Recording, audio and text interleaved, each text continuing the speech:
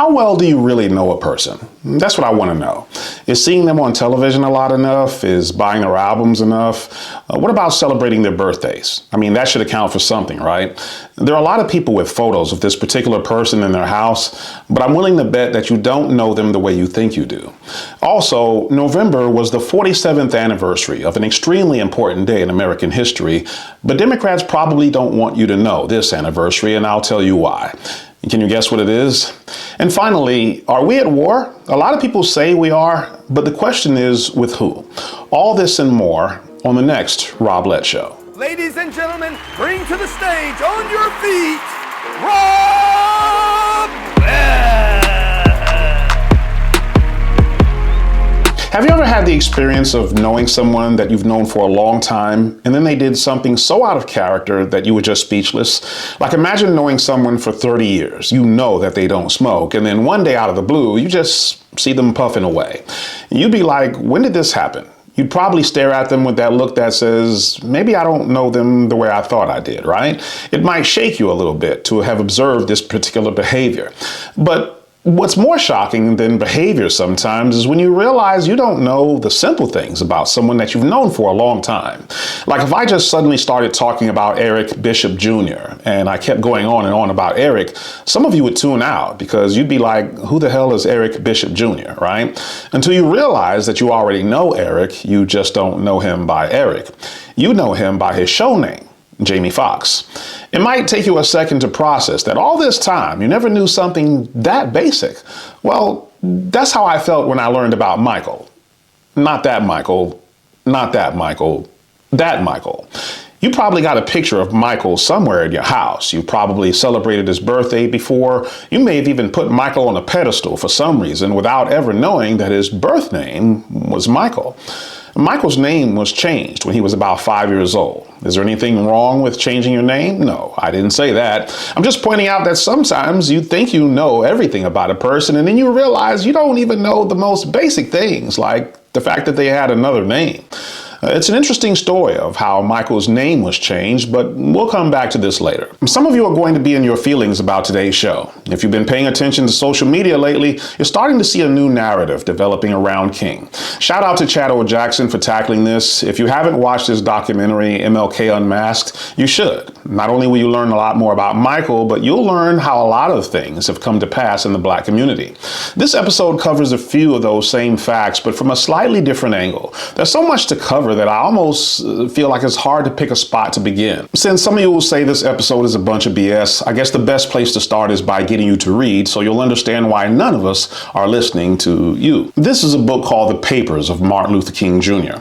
It's volume 1 of a 7-volume series authored by Martin Luther King Jr. himself and a team of editors led by Dr. Claiborne Carson, Stanford University historian specializing in the civil rights movement. Dr. Carson was personally selected by MLK's widow, Coretta Scott King herself, in 1985 to direct the King Papers Project series. In case you are previously unaware, historians consider the King Papers to be the official, academically verified version of the King's writings. The King Papers include things like King's personal letters, speeches, sermons, theological notes, college and seminar writings, FBI and government documents, and more. In Volume 1, on pages 361 to 362, we read something very interesting about the Reverend Dr. King. The lessons which I was taught in Sunday school were quite in the fundamentalist line. None of my teachers ever doubted the infallibility of the scriptures. Most of them were unlettered and had never heard of biblical criticism. Naturally, I accepted the teachings as they were being given to me. I never felt any need to doubt them. At least at the time I didn't. I guess I'd accepted biblical studies uncritically until I was about 12 years old. But this uncritical attitude could not last long, for it was contrary to the very nature of my being. I had always been the questioning and precocious type. At the age of 13, I shocked my Sunday school class by denying the bodily resurrection of Jesus. From the age of 13 on, doubts began to spring forth unrelentingly. At the age of 15, I entered college, and more I could see a gap between what I had learned in Sunday school and what I was learning in college. Don't worry, I'm not going to do this with every point. I'm not going to give you the name of every book, page, and paragraph, or we'd be here all day. I just want to make it clear that everything we're discussing today, behind the scenes, means is this level of detail. I'm not winging this stuff for sensationalism. It truly is interesting. The King Papers is just a good starting point. It's a good starting point because in 1950, when King was giving his autobiography of his religious development, he's roughly 21 years of age here, and right from the start, a thinking person might say, oh wow, so King was a reverend who didn't believe in the resurrection of Jesus? Do you find that odd for a reverend?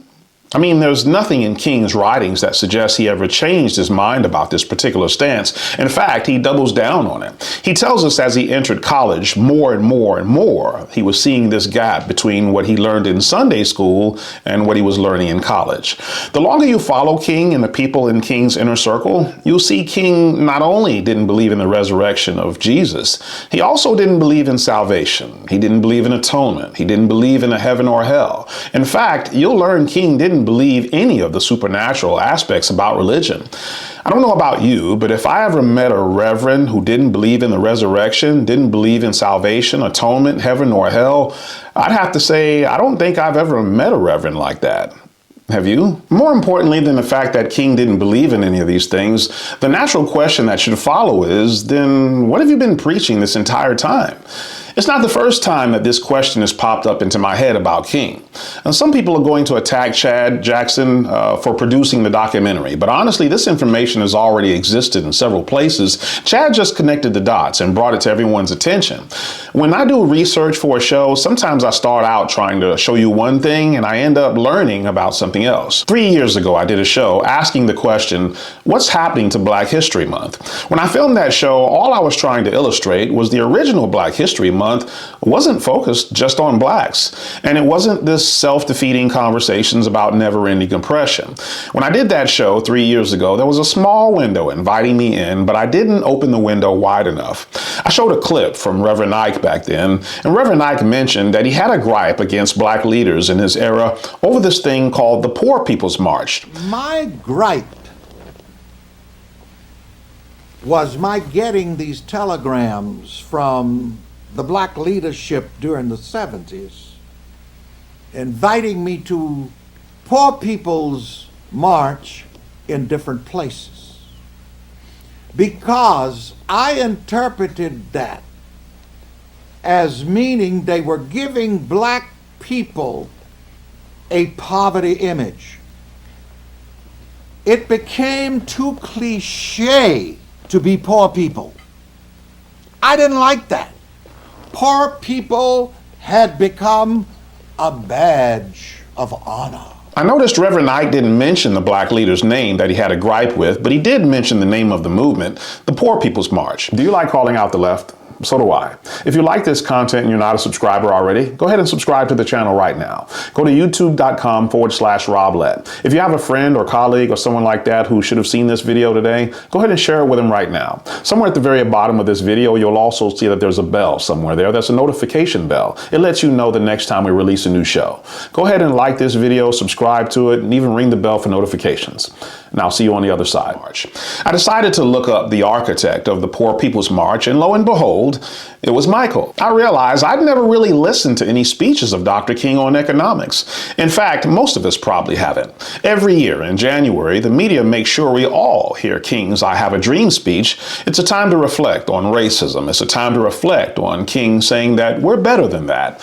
And those are things that most people agree with, so we don't spend any time analyzing it, right? I mean, why would anyone argue against that? When I heard about the Poor People's March, though, what was that about? Apparently, King had been out there protesting and acting like jobs was a right, like the government owed us a job somehow. Wow, how did I miss that? When did this happen? I wasn't raised like that. My dad would have an absolute fit if he found out that I needed a job and I was out somewhere marching in the streets waiting for the government to give me one. I was taught that you had to get off your butt and go to work. That was my moment, the moment when I realized if King was still alive, I'd be in stark disagreement with him. Because that's the kind of stuff a Bernie Sanders would say. That's the kind of stuff an AOC would say. It's the kind of stuff a Zoran Mamdani would say. Now that I think about it, it's the kind of stuff a socialist would say. The window was open. I could see the opportunity for me to learn something new, but I got busy with my travel schedule and I stopped digging.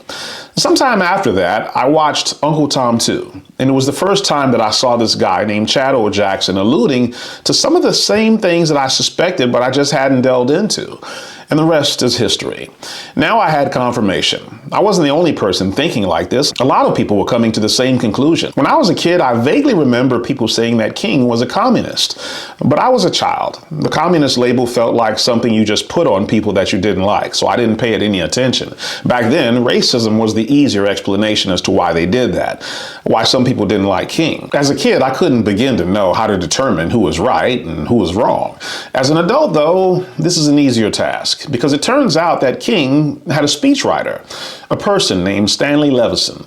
Stanley Levison was a New York businessman, attorney, so-called civil rights activist, and most importantly, he was a communist who was always in King's ear. Here's the odd thing about Stanley Levison. I want you to imagine a person so important to you, people list them as your friend, your confidant, your strategist, your fundraiser, your speechwriter, your accountant, your attorney. You've known them for over a decade, but no one can even find 5 photos of you together to prove that you even know each other. Weird, huh? Even to this day, some historians and AI try to cover for Levison by saying that Levison had broken ties with the Communist Party long before he started working with King. However, this assertion is premature because in a 1962 Senate subcommittee hearing, Levison pleaded the fifth to a number of questions surrounding his affiliation with the Communist Party. You should also know on January 23, 2025, President Donald Trump declassified and released records relating to the JFK assassination, RFK, and MLK. FBI informant Morris Childs had previously infiltrated the Communist Party and identified Stanley Levison as a key Russian secret agent. But back to Michael.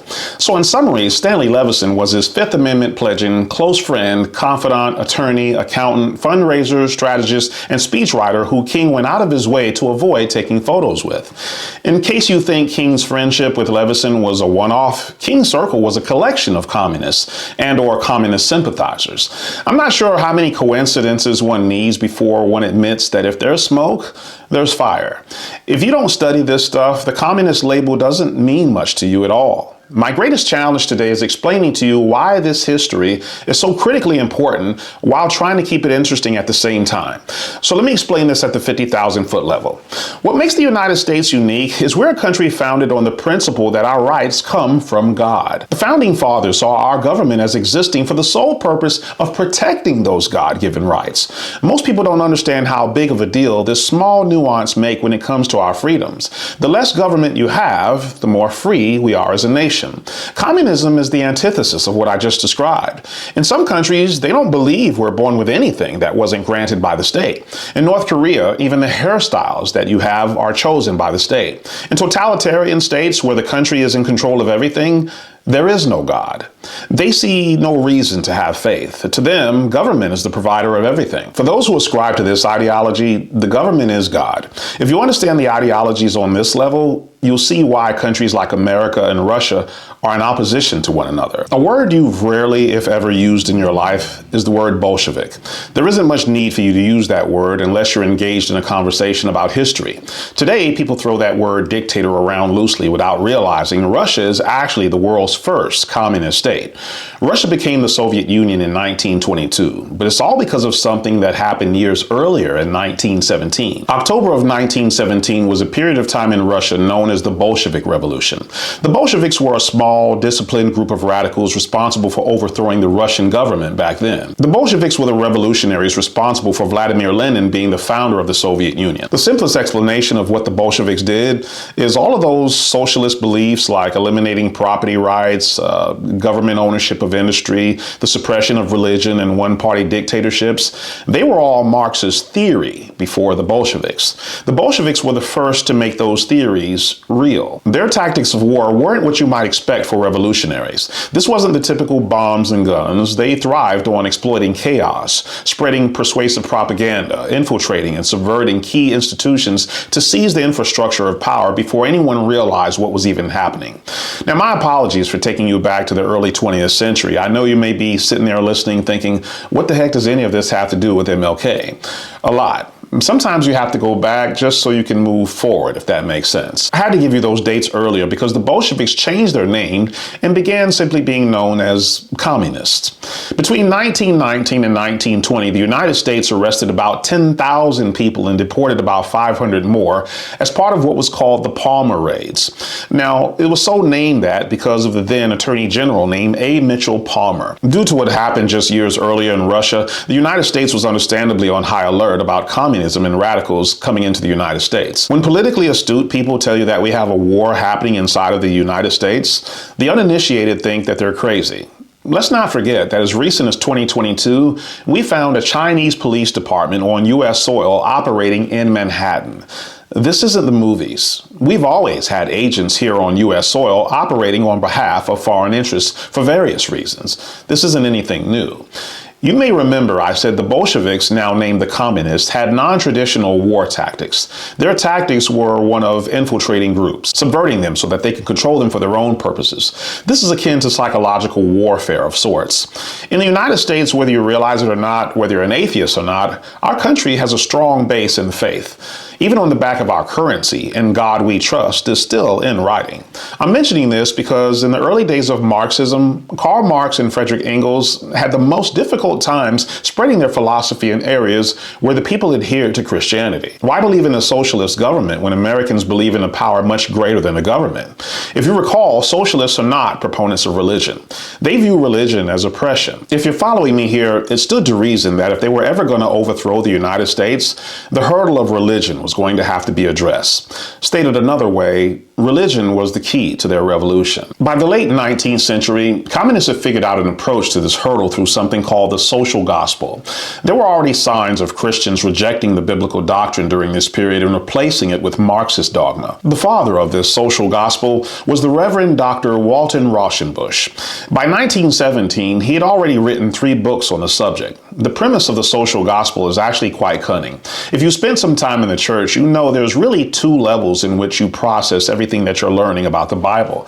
There's obviously the spiritual level, and then there's the worldly level, involving all of us here on earth. The social gospel essentially argued that all of the traditional biblical doctrine was worthless because of all of the elements that would make this work divine. In Rauschenbusch's view, the spiritual part of Christianity should be discarded in favor of the most important work of addressing poverty, labor exploitation, inequality, and social justice.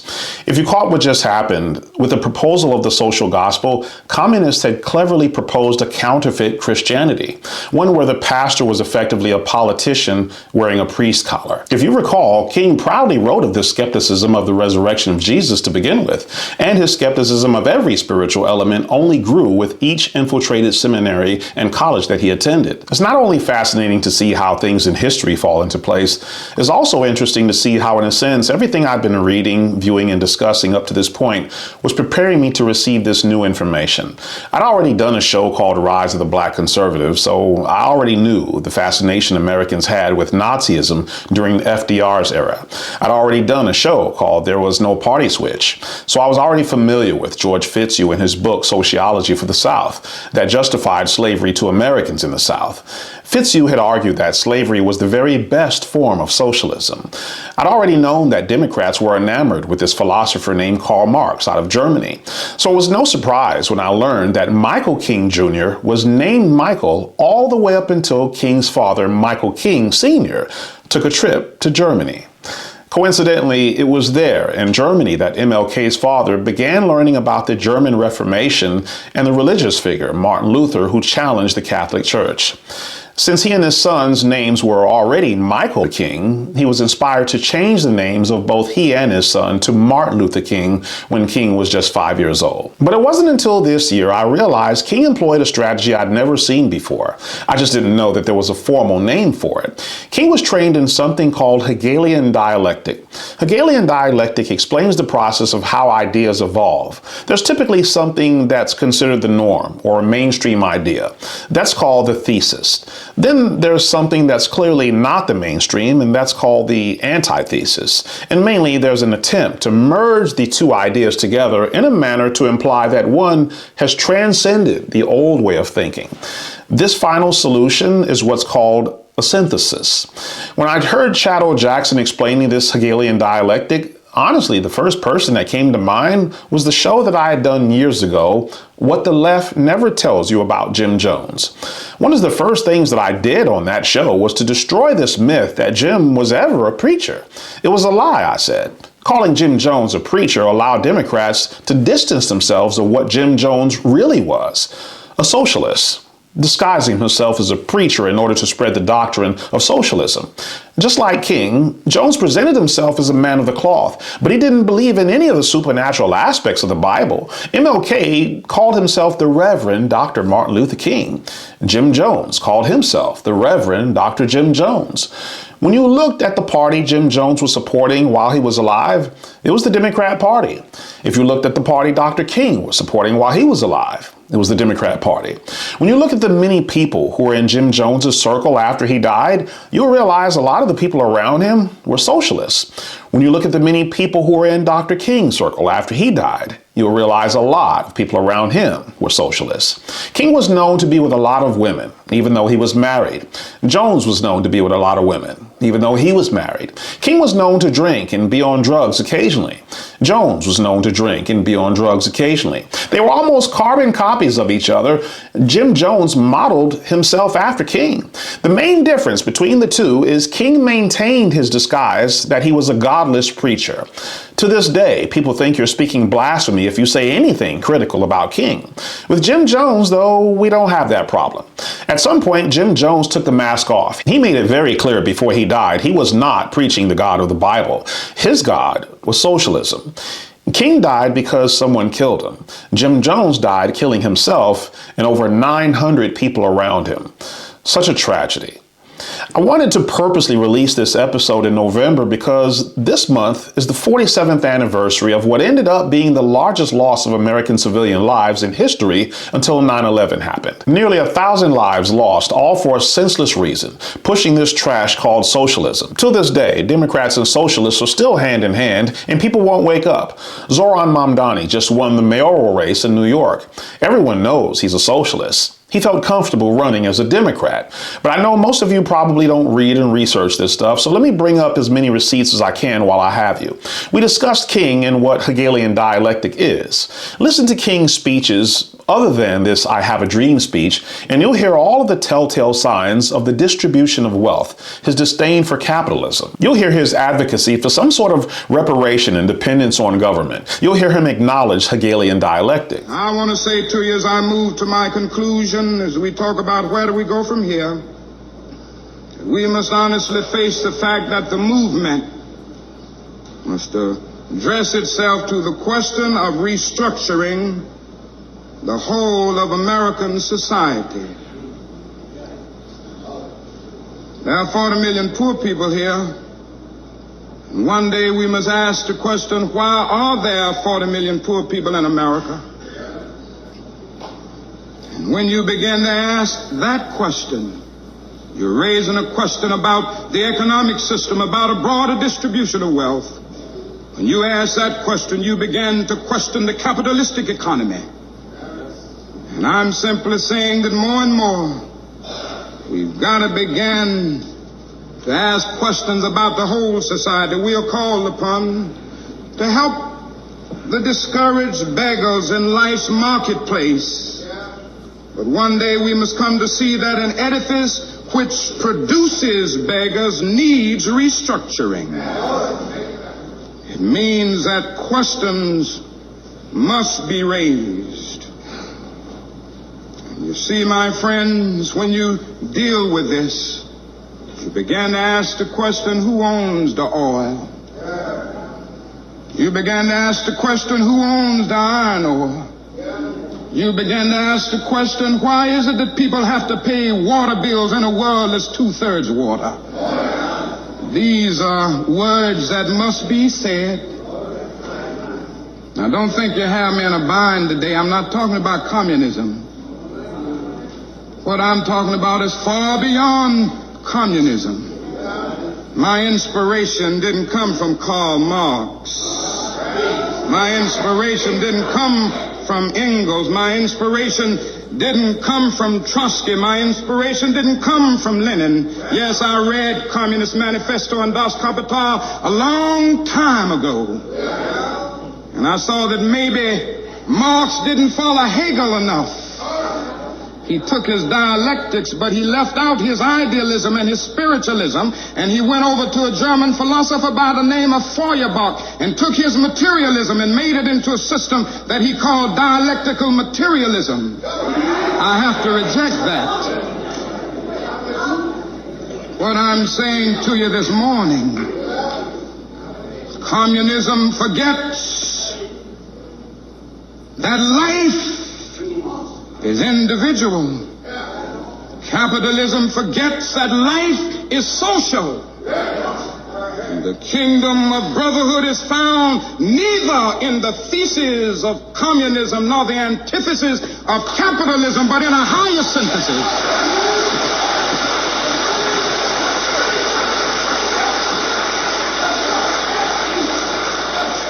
It's found in a higher synthesis that combines the truths of both. Notice how King ends his speech.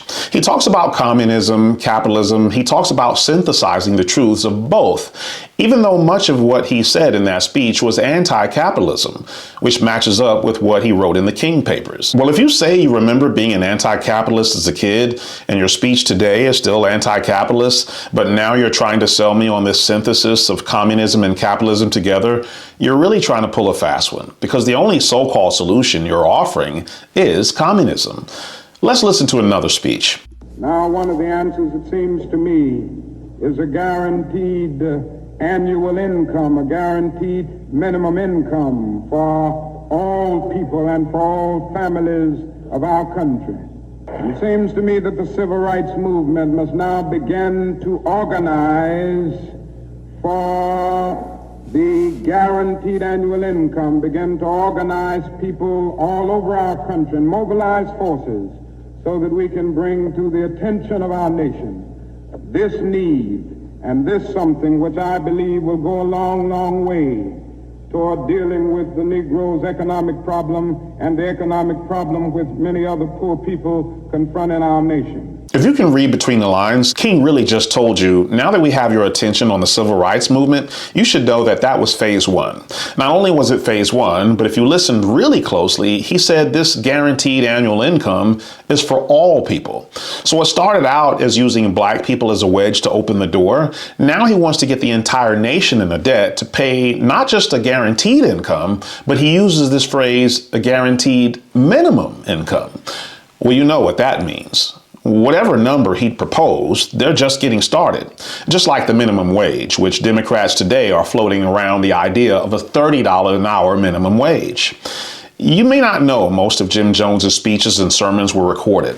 I have the luxury of being able to provide the receipts, not of things that I believe, but of Jim Jones in his own words. I'll place the archive website in the description. When I tell you Jim Jones exposed MLK, I mean, not only did Jim Jones model MLK's civil rights strategy where he targeted black people, but Jim Jones also knew that King was a socialist. If you hadn't heard these audio clips before, they're quite educational. I'm going to play an example of Jim Jones using the same Hegelian dialectic of MLK.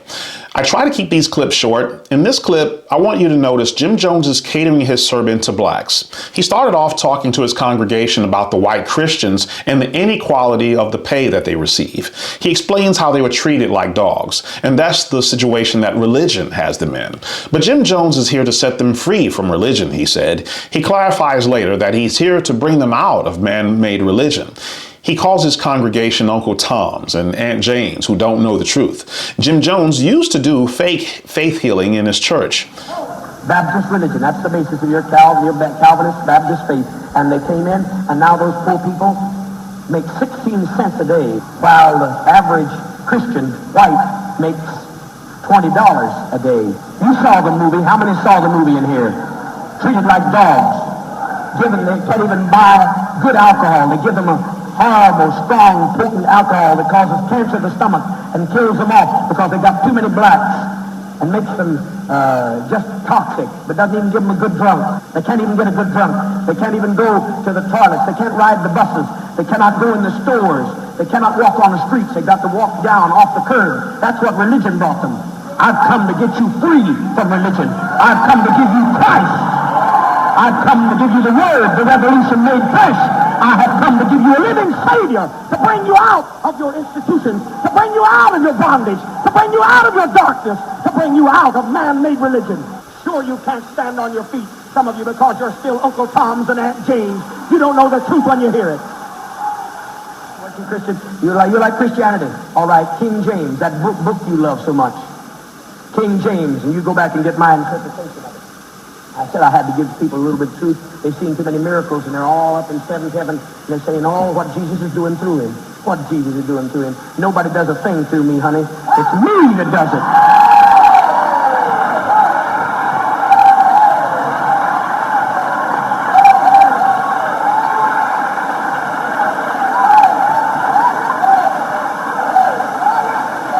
Well, now before you get mad, good Catholic friends, you saw the woman spit up her cancer, and you got one, you know it. You want to get healed from it, don't you? Well, you better set and get the truth, because it's the truth that sets you free. You saw the one that came out of the cask yesterday. You saw the blind eyes that were open. You saw the back broken that was healed. You saw the one that was crippled up with arthritis in an accident that came running down. You saw all those. You saw the blinded eyes open. If you want to get that, honey, you better sit on your fanny and listen to what I got to say. What you heard was him alluding to the healing his congregation has seen him do. He says, some of you see me healing people and you say, it's amazing what Jesus is doing through him. But Jones makes it very clear. Jesus doesn't do a thing through him. It's all the power of Jones. This is Hegelian dialectic. He's clearly in a church. He's clearly got a congregation. People clearly call him the Reverend Dr. Jim Jones. It's deceptive that with all of the appearances of Christianity, he's not preaching Christianity. He's blending the appearance of Christianity with the antithesis of socialism, and the only way out is through this new synthesis called the social gospel that doesn't contain God at all. Here's a clip when Jones says MLK was faking being a pastor. In this clip, he criticizes the nonviolent movement of King. He actually blames the nonviolent movement for King's death. Mrs. King said the night before he died, if Martin was murdered, the night before she died, she said it on the platform, if Martin was murdered, our whole movement would still maintain nonviolence. I wonder how Mrs. King feels about that today. I wonder if she's really thought, now that she's built a great big old monument to him and has deprived the money to the Southern Christian Leadership Conference, and last week it went down the drain because Abernathy had to resign. There's nothing left. Martin Luther King has lived and has died in vain. The only way you can work in the American system. Now, I've never been one to practice that. I said, well, Martin, I can't buy that, and I'm not able to be a hypocrite. He said, well, you have to be, you remember I told you what he said, and the ministers here can verify. He said, you better work in the Baptist church. I don't believe a thing the Baptist church teaches. He said, I don't believe there's any heaven or hell. He said, I don't believe there's any immortality. But he said, you've got to be a Baptist to affect black people. I said, I'll never be able to do that, Martin. I said, I can't go that Baptist route. And I said, I cannot get up and say I would always be nonviolent, because if they come after one of my children, I'll fight like hell.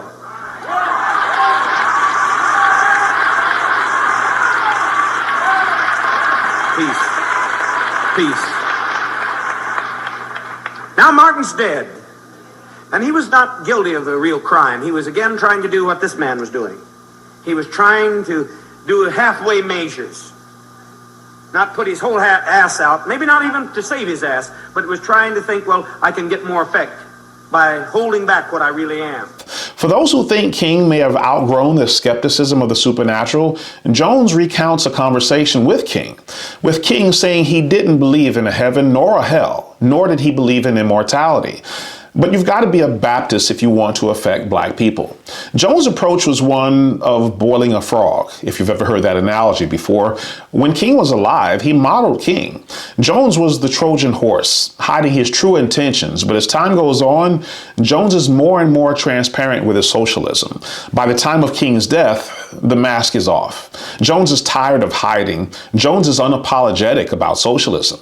Jones is criticizing King. He's saying King thought he could go further by not letting people know who he really was, a socialist. Now that King is gone, Jones criticizes King's nonviolent approach. You don't hear it as much now, but for a while, Democrats were trying to push something called CRT in schools, critical race theory. Again, targeting black people under the guise that blacks should know the truth about their history. In truth, CRT was a socialist indoctrination. It saddens me how people refuse to research anything that contradicts what they already know.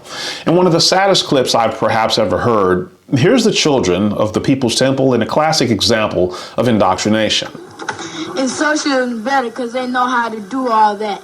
They go to school and be able to work out in the fields. They know how to do everything. They know how to fix cars and trucks. And in socialism, it is better than capitalism because we think about the children and the seniors. And what we do if it's a revolution? We fight and stand up for our rights. In capitalism, the seniors, they get to go on welfare and they get to retire in the senior citizens' homes. And in socialism, they have to work out in the fields in the hot. In capitalism, the children, they get to have their own private schools at their own houses, and they can. Well, in socialism, it's fun to work out in the fields because in capitalism they teach you it. In capitalism they teach you it's bad to work out in the fields and it's really good for you. Live a lot longer and it's better for your health. All of the kids have to say something good about socialism and something negative about capitalism. In one part, you hear one of the children is confused. They actually end up saying something positive about capitalism, and the other child attempts to correct the mistake. Since I'd already done an entire podcast on the history of Jim Jones, I didn't see the need to repeat it here, except to point out the places where King and Jones intersect. And I'm only scratching the surface. As I reviewed my Jim Jones content for this show, I was reminded of that time when Jim Jones was given the Martin Luther King Jr. Award. You should know that AI goes out of its way to say that King and Jones never even met.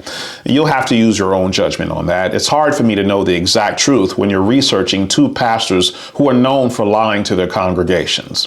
One thing is for certain, though, whether they met in person or not, it's very clear that Jones got the same blueprint from Martin Luther King. Things happen for a reason. For years, I've been sitting on this show I wanted to make called Do Good and Evil Exist? This was my original thumbnail, but I never got around to making it. It sat for years, but when the King documentary came out, I made this show in less than 30 days. All I wanted to ask on that show is, do you believe in good and evil? Not in a cartoonish way, like the devil on one shoulder and the angel on another. I mean, do you believe in real evil? Like, do you believe that there are living, breathing people existing on this planet who work every day to destroy and sow discord in our lives? Do you believe that there are groups of people who spend their waking hours creating chaos in your family that want to see you impoverished? Do you believe that there are people who actually celebrate when your life is in turmoil? If you answered no to any of that, I submit to you that you are the problem. Have you ever seen this emblem before? In Chinese philosophy, it's called a yin-yang symbol. It's a reminder that duality exists in nature. There's nothing you can do about it. It's just a fact. Somewhere in the universe lies the polar opposite. If a man exists, there's a woman. If there's an up, there's a down. For every hot, there's a cold. For every light, there's a dark. While studying the other day, I found something very interesting. If you know anything about the Charlie Kirk assassination, you'll know Charlie Kirk founded an organization called Turning Point USA, or TPUSA for short. Here's something you may not know or may not have ever thought of. On the day of Charlie Kirk's death, TPUSA had a presence of over 3,000 high school and campuses nationwide. It had over 650,000 lifetime student members, in addition to 900 official college chapters and 1,200 high school chapters. Its 2024 contributions totaled an estimated $84 million, making it the largest and fastest growing youth organization in America. Those were the numbers before Charlie Kirk's death. All reports indicate TPUSA's footprint only increased after Charlie Kirk's death. In a cultural sense, TPUSA is a Christian-based movement. There's no record of Charlie Kirk nor TPUSA promoting or condoning violence. Kirk spent his entire career engaging Americans in civil debate. You may be asking, where am I going with all of this? Here's where I'm going. I just talked about the duality in the universe. Did you know there exists a CPUSA? My jaw dropped when I saw it in print. CPUSA stands for the Communist Party USA. If TPUSA is a Christian-based, free markets, limited government, constitutional, American, nonviolent, free speech movement, then you should know that CPUSA is the polar opposite of everything I just said. The CPUSA still exists today. Guess whose picture was featured on their website? You can't make this stuff up. But I know, I don't live in a bubble. I'm already aware of the voices who will say, now wait a minute, what King did was a good thing. The Civil Rights Act was a good thing. Are you saying what he did wasn't good? Great question. Let me use an analogy. Let's say your car isn't acting right. You're not sure what's wrong with it. Normally you take it to one of your friends who you trust, but they're out of town and they're unavailable. You take it to a different mechanic. They look at it and they say, yeah, it's going to be about $600. He gives you a lot of reasons why, and even though you hate to pay it, you need your car. You pay the $600, and sure enough, you're not having the problem anymore. Your car seems fine. When your friend returns, you tell them what was wrong and what you did, and they say, $600? That's not right. What you're describing sounds like what you needed was just an oil change. None of those parts that they replaced needed replacing. I'm familiar with your car. How would you feel? Would you feel duped? In that moment, you totally forget that temporary feeling you had when you got your car back and it was working perfectly. Now you're feeling like you got exploited. The guy you took it to used the desperate situation that you were in and milked it for their own personal gain. You've paid for something that was totally unnecessary. Would you feel like that mechanic did a good thing? The answer is no. They set you back $600 minus whatever it costs you to get an oil change, right? But this is just an analogy, right? I mean, I'm not pointing to anything in real life that has to do with the civil rights movement, right? Yes, I am. Have you ever met pro-black people? I mean really pro-black people. I mean the red, black, and green wearing, dashiki wearing, furious styles, rooting for everybody black person that lets you know. I'm blickety black, blacker than black, black, I'm blacker than black. Have you ever met that person? They're the ones who will tell you. And what we need to do is we need to keep everything in our neighborhood, everything, black. If you've met them before, you'll notice a disconnect. Even they don't catch it. Most people don't. They're usually the ones who make it a point to patronize a business just because they're black owned. They're overly excited because the person who was elected was black. But then when you ask them why they do this, you'll learn something very interesting. They'll tell you that they're patronizing black businesses. If you ask them why they're overly excited about the black mayor, they'll tell you because we don't see it enough. They'll tell you it's rare to see black owned businesses. It's rare to see a black representative. But now watch this. If that same person feels threatened or cornered by somebody white about not contributing enough to society, they'll immediately go back in time and let them know about Madam C.J. Walker being the first female self-made millionaire in America. They'll go back in time and tell you about Black Wall Street. They'll go back in time and tell you about Bernard Garrett and Joe Morris, two of the first black bankers in the United States. But if you'll notice, in every instance, they had to go back in time to a period before the Civil Rights Act. Not many people catch this. If Martin Luther King Jr. did so much for us, then why is it whenever you want to tell someone about the progress you made as a people, you always name a period of time before MLK got involved? Nobody wants to discuss this. Nobody ever wants to admit that the thing we're celebrating today wasn't something we celebrated before King. It was normal. It was normal to see an upward trajectory in entrepreneurship. It was normal to see an increase in home ownership. It was normal to see two-parent households and families in church. This wasn't rare. It was normal. If you think it's rare now, then something must have set you back. You don't know that there was a period of time when your accountant was black. You don't know that there was a time when your attorney was black. You don't know that there was a time when your mayor was black. Just because Maynard Jackson was elected mayor of Atlanta in 1973, don't act like all of this was new. The first black mayor ever in the United States was elected way back in 1868. You're 105 years late, bro. We've been giving credit to someone inappropriately. Some of you are watching this thinking, man, why you gotta tear down the black man like this? That's where you're wrong. 3 years ago, I said practically the exact same thing about the so-called war on poverty declared by Democrat President Lyndon B. Johnson. Do I really have to go back to the videotape? The question nobody ever seems to ask is, what were the poverty rates before Lyndon Johnson declared war on them?